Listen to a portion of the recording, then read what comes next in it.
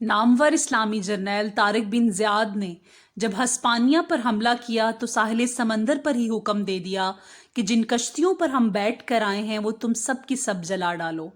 طارق بن زیاد کے ساتھی بولے کہ اگر کشتیاں ہی جلا دی تو پانی سے افریقہ تک کیسے جائیں گے؟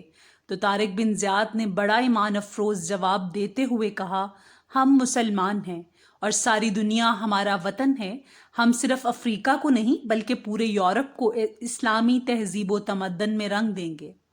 آپ کے جواب سے خوش ہو کر تمام اسلامی لشکر نے کشتیوں کو آگ لگا دی اور قوت ایمانی سے کفر کے ظلمت قدوں کی اینٹ سے اینٹ بجا دی۔